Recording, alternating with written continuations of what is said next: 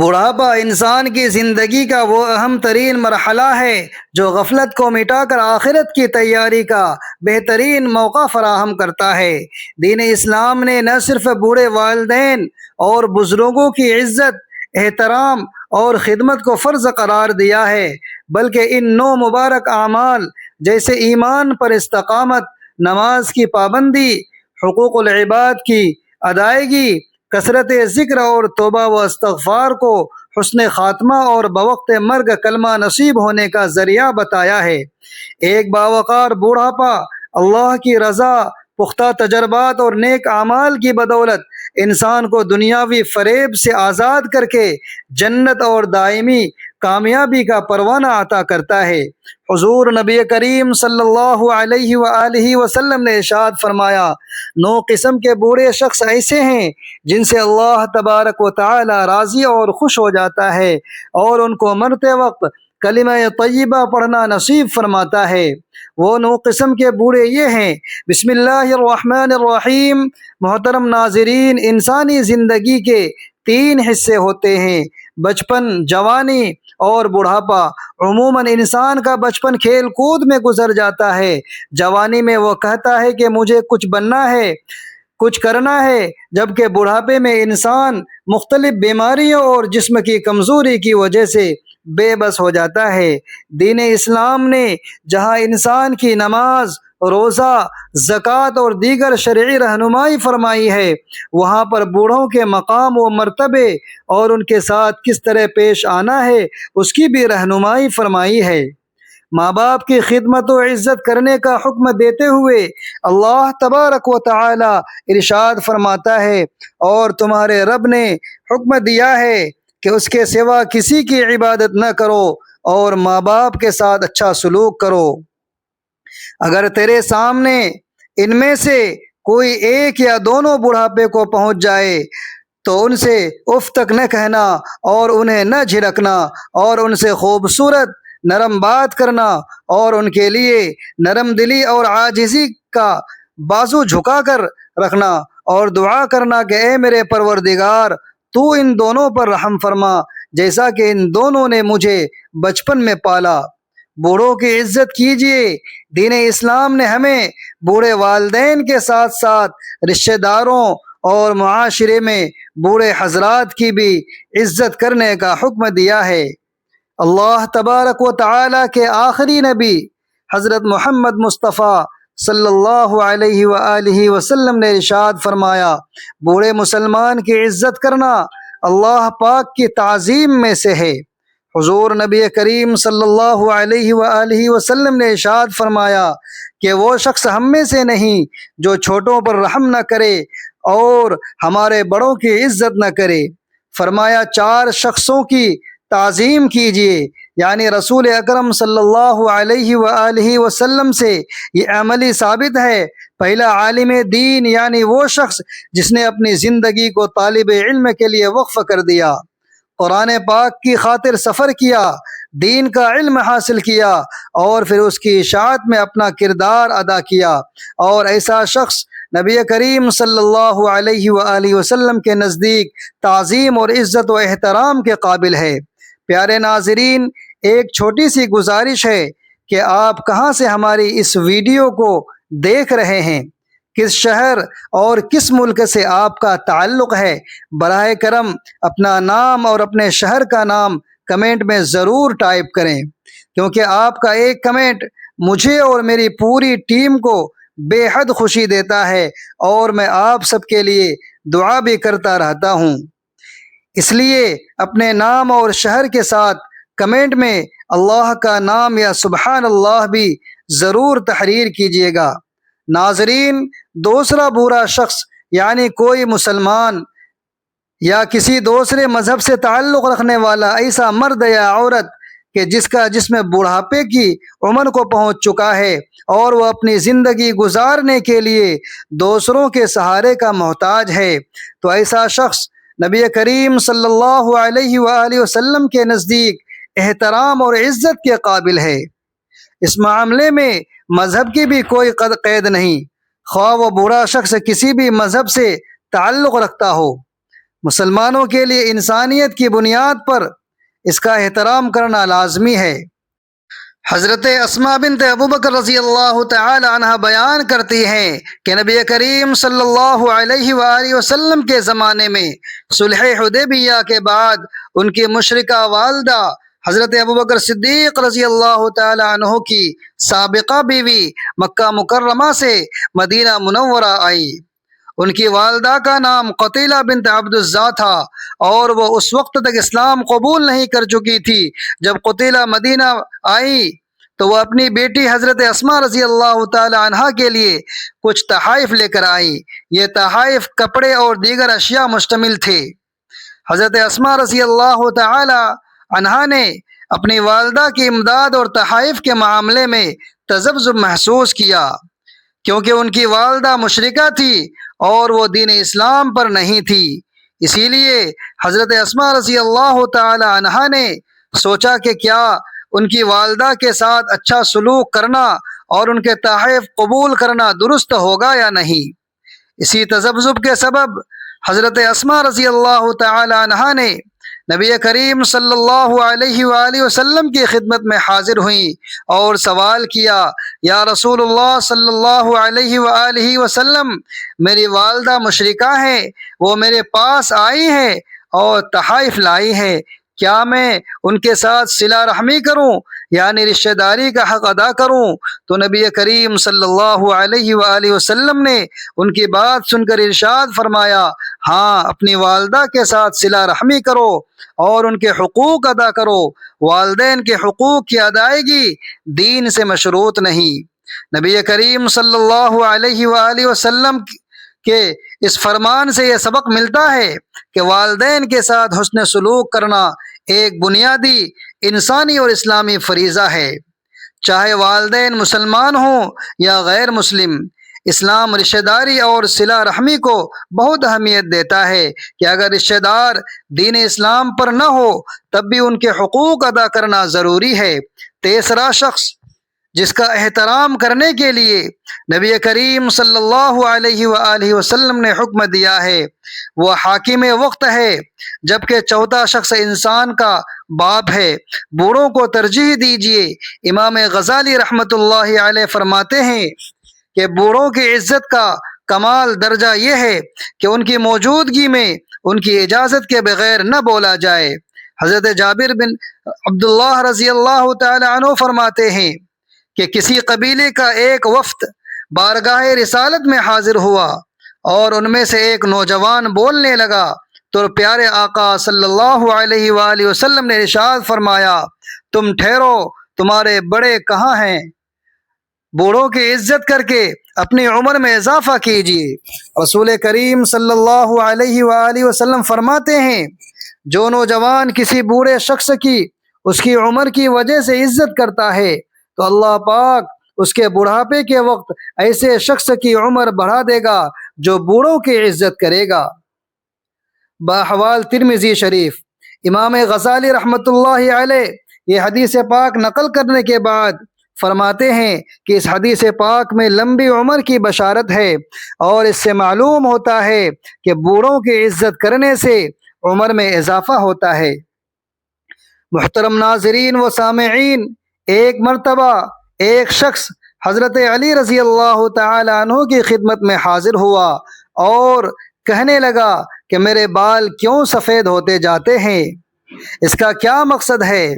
حضرت علی رضی اللہ تعالی عنہ نے فرمایا کہ جب حضرت آدم علیہ السلام زمین پر آئے اور وہ بوڑھے ہونے لگے تو ان کے بال بھی سفید ہونے لگے، اور جب پہلی مرتبہ حضرت آدم علیہ السلام نے اپنے بالوں کو سفید ہوتے دیکھا تو اللہ سبحانہ و تعالی سے عرض کی کہ اے اللہ میرے بال کیوں سفید ہوتے جا رہے ہیں؟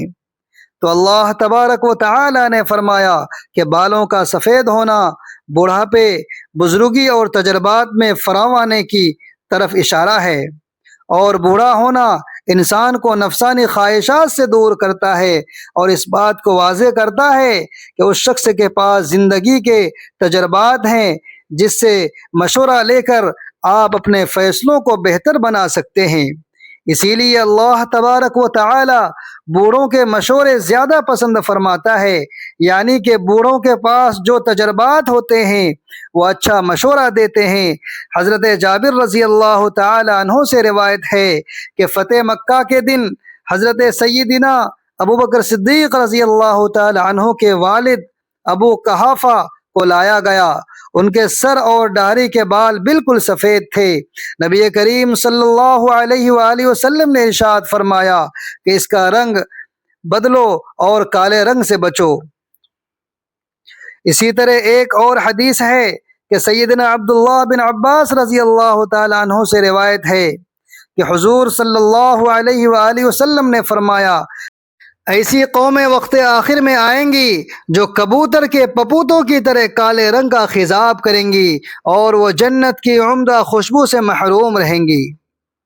اس سے یہ واضح ہوتا ہے کہ مختلف رنگی مہندی وغیرہ لگائی جا سکتی ہے۔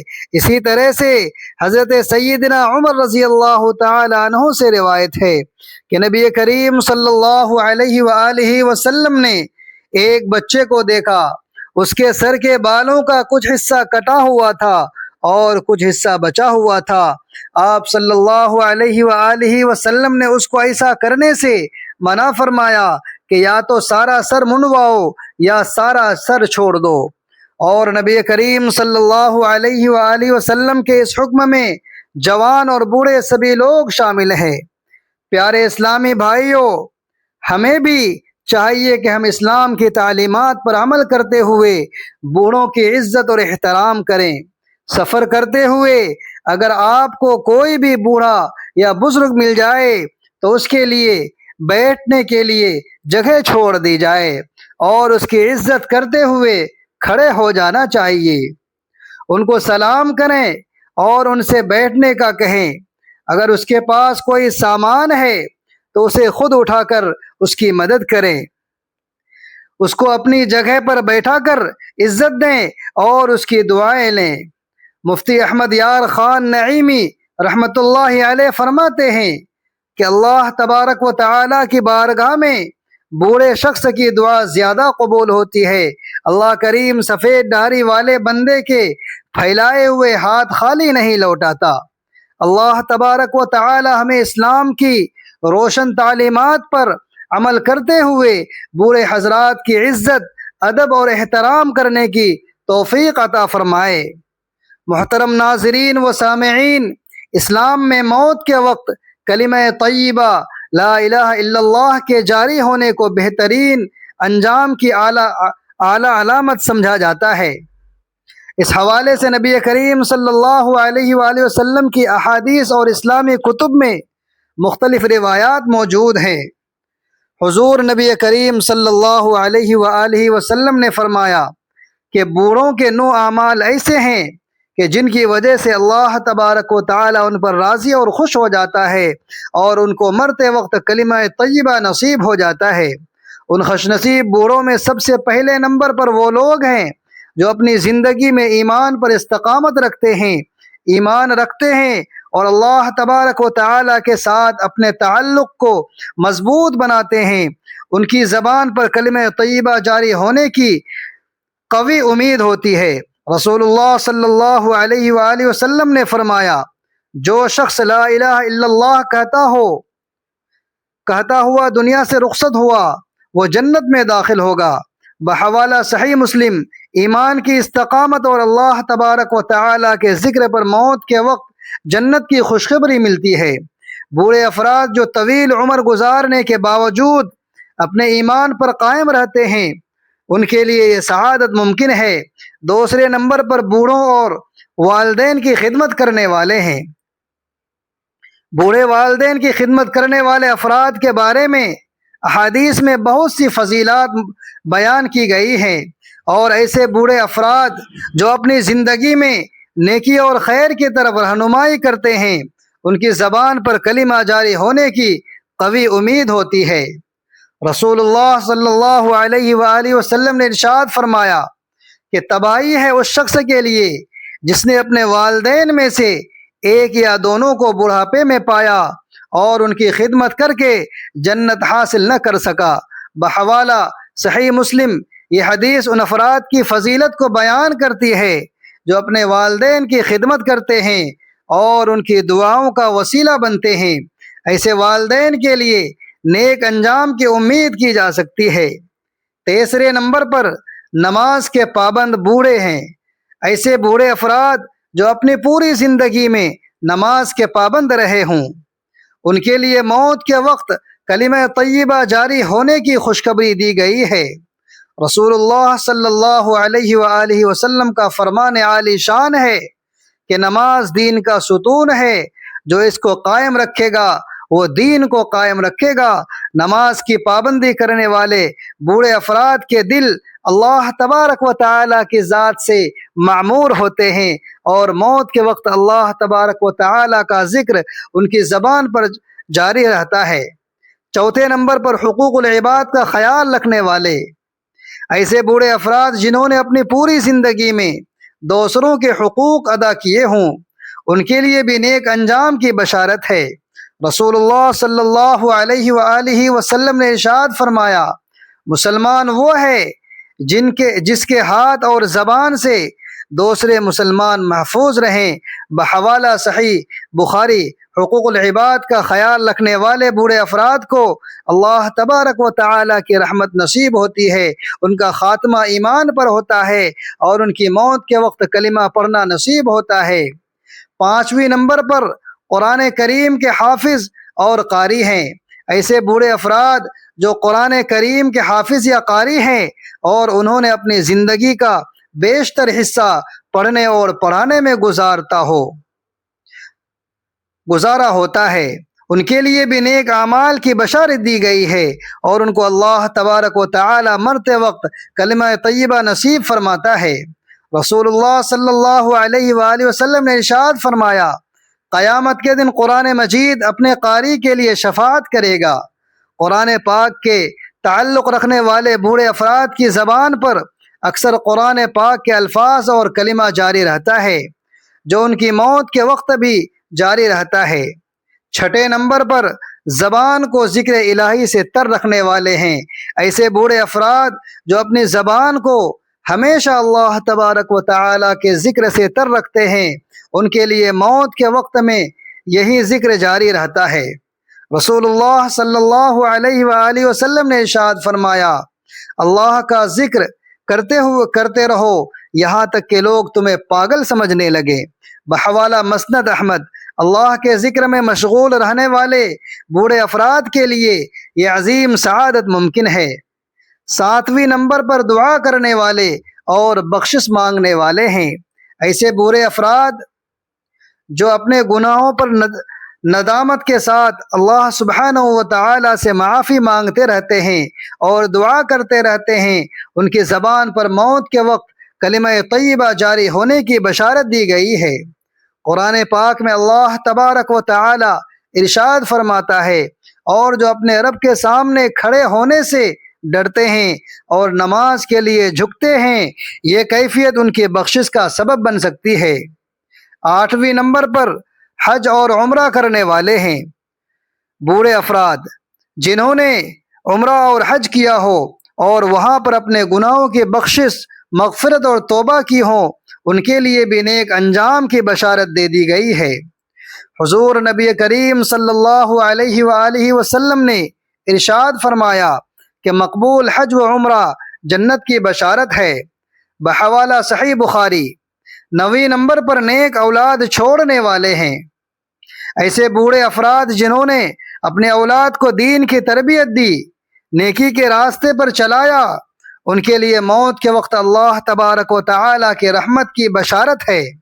رسول اللہ صلی اللہ علیہ وآلہ وسلم نے فرمایا، جب انسان فوت ہو جاتا ہے تو اس کے اعمال کا سلسلہ منقطع ہو جاتا ہے سوائے تین چیزوں کے۔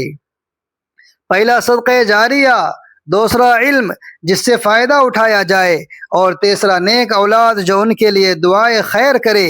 موت کے وقت کلمہ طیبہ کا جاری ہونا اللہ تبارک و تعالی کی ایک عظیم نعمت اور بندے کے نیک اعمال کا ثمر ہے۔ مذکورہ صفات اور اعمال ایسے بوڑھے افراد کو اس سعادت کا مستحق بناتے ہیں۔ ہمیں چاہیے کہ ہم ان اعمال کو اپنی زندگی کا حصہ بنائیں اور بڑھاپے میں اللہ تبارک و تعالی کی رحمت کے طلبگار رہیں۔ محترم ناظرین، بڑھاپا انسان کی زندگی کا وہ مرحلہ ہے جب طاقتیں کمزور پڑ جاتی ہے، جسمانی قوت جواب دے دی جاتی ہے اور دنیاوی دلچسپیوں کی جگہ آخرت کی فکر بڑھ جاتی ہے۔ یہی وہ وقت ہوتا ہے جب بندہ اپنے گزرے ہوئے اعمال پر غور کرتا ہے اور دل چاہتا ہے کہ کاش زندگی نیک اعمال میں گزارتا۔ اسی لیے بڑھاپا دراصل اللہ تبارک و تعالی کی طرف پلٹنے اور توبہ کرنے کا بہترین موقع ہے، کیونکہ رسول اللہ صلی اللہ علیہ وآلہ وسلم نے ارشاد فرمایا کہ اللہ تبارک و تعالی اس بندے کو بہت پسند فرماتا ہے جو اپنی جوانی میں بھی عبادت کرے اور بڑھاپے میں اللہ تبارک و تعالی کے حضور جھک جائے۔ بڑھاپے کے نیک اعمال میں سب سے پہلے نماز کی پابندی آتی ہے، کیونکہ یہ ایمان کی علامت ہے اور آخرت کی کامیابی کی کنجی ہے۔ اسی طرح قرآن کریم کی تلاوت اور ذکر الہی میں دل لگانا بڑھاپے کو نورانی بناتا ہے۔ اس عمر میں صدقہ و خیرات کرنا، یتیموں، مسکینوں اور محتاجوں کی مدد کرنا آخرت کے خزانے جمع کرنے کا بہترین ذریعہ ہے۔ نبی کریم صلی اللہ علیہ وآلہ وسلم نے ارشاد فرمایا کہ صدقہ گناہوں کو بجھاتا ہے جیسے پانی آگ کو بجھاتا ہے۔ بڑھاپے میں توبہ اور استغفار پر ندامت ضروری ہے، کیونکہ زندگی کا کوئی بھروسہ نہیں ہے اور اسی توبہ کے ذریعے پرانے گناہ معاف ہو سکتے ہیں۔ بڑھاپے کے نیک اعمال میں اولاد کو دین کی تلقین کرنا، نیک نصیحت کرنا اور اپنی زبان کو جھوٹ، غیبت اور غلط باتوں سے بچانا بھی شامل ہے۔ اس عمر میں انسان کے لیے سب سے بڑی کامیابی یہ ہے کہ وہ دنیا سے ایمان کے ساتھ رخصت ہو اور اللہ پاک کے حضور اس حال میں جائے کہ زبان پر کلمہ طیبہ جاری ہو۔ لہٰذا بڑھاپے میں زیادہ سے زیادہ نفلی عبادت، دعائیں اور درود شریف اور دلوں کو جوڑنے والے اعمال کرنے چاہیے، کیونکہ یہ سب اعمال آخرت میں روشنی اور جنت کی نعمتوں کا باعث بنیں گے، اور یہی بڑھاپے کا سب سے قیمتی سرمایہ ہے۔ بڑھاپے میں نیک اعمال کی اہمیت اس لیے بھی بڑھ جاتی ہے کہ یہ عمر انسان کے لیے آخرت کی تیاری کا آخری موقع ہوتی ہے، کیونکہ جوانی میں غفلت اور دنیاوی مصروفیات کی وجہ سے جو کوتاہیاں ہوئیں ان کی تلافی کا بہترین وقت بڑھاپا ہے۔ اس عمر میں انسان کی دعائیں زیادہ قبول ہوتی ہیں، کیونکہ اس کا دل نرم اور دنیا کی محبت سے کچھ حد تک خالی ہو چکا ہوتا ہے۔ اس لیے بڑھاپے میں کثرت سے دعائیں مانگنی چاہیے، خاص طور پر ایمان پر خاتمے اور قبر و آخرت کی آسانی کے لیے۔ نبی کریم صلی اللہ علیہ وآلہ وسلم نے ارشاد فرمایا کہ بوڑھے مومن کی دعا رد نہیں کی جاتی، اس لیے یہ وقت ذکر الہی، تسبیحات، سبحان اللہ، الحمدللہ، اللہ اکبر اور لا الہ الا اللہ کی کثرت کا ہے، تاکہ زبان ذکر سے تر رہے اور دل ایمان کی روشنی سے آباد ہو جائے۔